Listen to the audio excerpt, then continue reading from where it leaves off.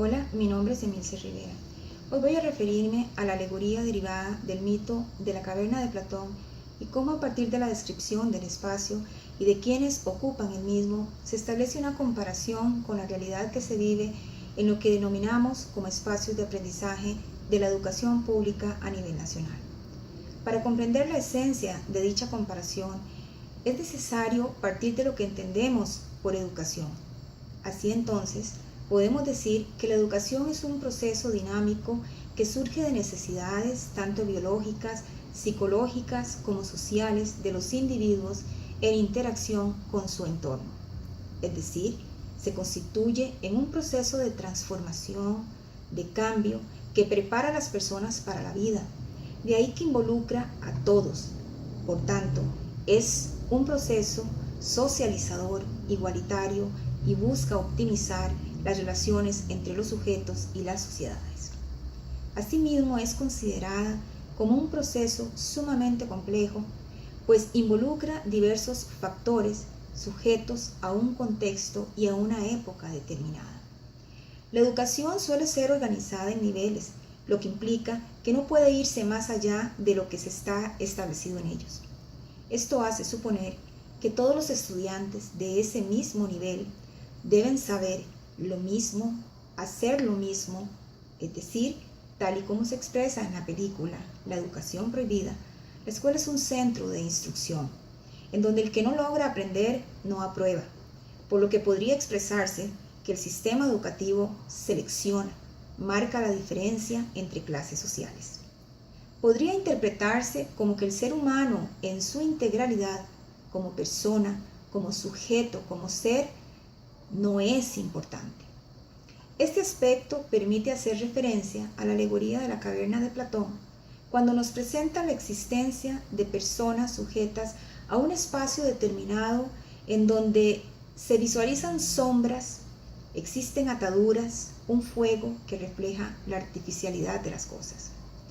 En su descripción del espacio detalla la presencia de sujetos encadenados de pies y manos, que solo pueden mirar hacia el frente, en donde se encuentra un tabique o mampara, el fuego, y en este y a través de este permitiendo visualizar las sombras de los objetos artificiales. Esta es su realidad, este es su mundo. Luego, el sujeto que es obligado a salir, ver la luz, el sol, visualizar los objetos de su entorno, su ambiente, que se asemejan a las sombras visualizadas en la caverna. Es enfrentarse a otra realidad y luego el retorno hacia la caverna. Si lo traemos a nuestra realidad educativa, podríamos manifestar que desde la distribución del mobiliario y de los espacios físicos de nuestras aulas, sirven de parámetros de comparación en cuanto a la ubicación de los estudiantes viendo hacia el frente y los prisioneros solo viendo hacia el frente, tratando de centrar el docente la atención, si es que lo logra, de todos los estudiantes y, en todo caso, si no lo hiciera, llamar la atención para que ponga su vista hacia el frente. Las ataduras de pies y manos, evitando mirar hacia otra dirección que tienen los sujetos en la caverna, nos ubica en la limitación de la creatividad, de la conducta exploratoria y la curiosidad que caracteriza a los niños en sus tempranas edades y que suele ser acallada en las escuelas y muchas veces hasta en nuestros propios hogares. Expreso limitación de creatividad porque parte de lo que caracteriza al niño desde tempranas edades es su proceso de aprendizaje, de explorar el medio, aprender y desaprender a partir de ese contacto directo con su entorno. Esa curiosidad que lo lleva a las etapas de los por qué. Quizá los que somos padres hemos experimentado este proceso en nuestros hijos, de querer investigar, explorar y encontrar respuesta ante un mundo desconocido. No obstante, conforme crece, va perdiendo esa capacidad creadora. Ante la diversidad de límites que se suelen establecer, la situación de ataduras y encadenamientos, en donde se le dice en la escuela qué hacer o qué no hacer. Caemos en el error de querer que aprendan solo lo que nosotros queremos que aprendan. Ejemplo de ello es el aprendizaje de un idioma o bien al recitar a partir de procesos de memorización lo que constituye en un vaciado de información para las pruebas escritas u orales. En otras ocasiones, como docentes y en respuesta a lo que establece un currículum o bien a las políticas educativas del país, exigimos más de lo que el nivel demanda, haciendo que el proceso educativo sea un aspecto desgastante y fastidioso para nuestros estudiantes. Olvidamos que el currículum y todo lo que éste involucra debe considerar las emociones, los intereses y necesidades de quienes aprenden, además de aprender o de enseñarnos a relacionarnos con su entorno, es decir, debe importar el ser, la persona.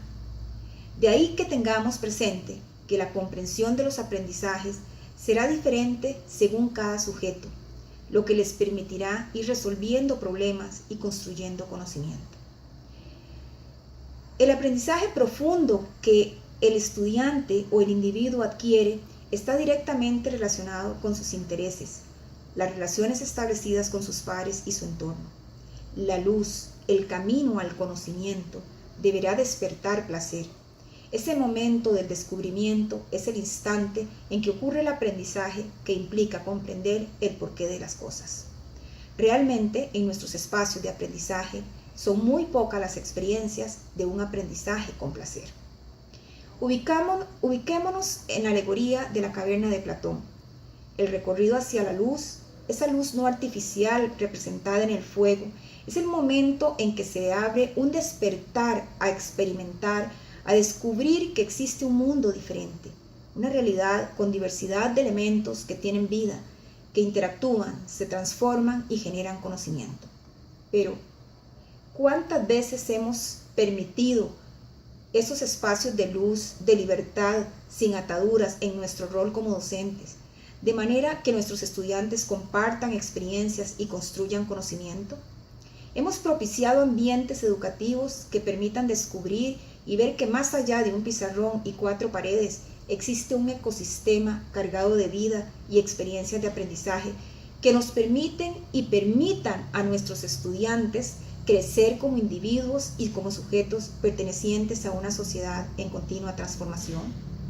Definitivamente, en el sistema de educación pública, y podría extenderlo en algunos casos a la educación privada, son muy pocas las experiencias de aprendizaje que propician que el individuo deje fluir desde su interior su capacidad creadora, de descubrirse a sí mismo, de ser autónomo y crecer, de construir conocimiento a partir de las experiencias y de las relaciones con otros y con su ambiente.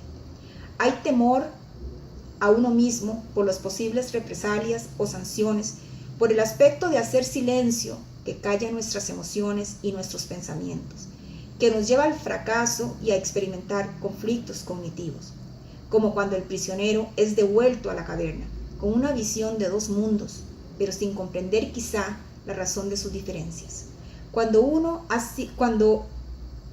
ha sido su realidad desde niño y es sometido a la otra sin tener conciencia de qué es lo que más allá puede ser mostrado, existe un mundo definitivamente con necesidades, con características, con ideas que responden a un complejo mundo inexplorado. En este sentido, preguntarnos quién es el que fracasa, si el estudiante, el docente o el sistema educativo en general, quizá implica para muchos una respuesta sencilla: el estudiante. No obstante, en algún momento nos hemos planteado qué es lo que hace que una mayoría de nuestros estudiantes falle. Podríamos asumir la postura de uno de los profesionales expuesta en la película La educación prohibida, en tanto no es el sistema educativo, es una cuestión de paradigma. Es una cuestión que implica preguntarnos cómo enseñamos y para qué enseñamos. Lo que definitivamente requiere es un cambio de estructura, ya que nuestros modelos educativos, la política a nivel nacional, deja escrito que es necesario un aprendizaje centrado en el estudiante, que el estudiante sea partícipe activo en la construcción de su conocimiento y además esté en función de los intereses y necesidades que el individuo siente. Finalmente, los invito a reflexionar sobre quiénes estamos más ciegos: los prisioneros de la caverna, quienes tienen su realidad concreta, o nosotros, los que estamos afuera, en donde la luz fluye, las ideas se transforman y tenemos la posibilidad de convivir, crear y responder a los fines de nuestro sistema educativo en todo el sentido de su escritura. Muchas gracias.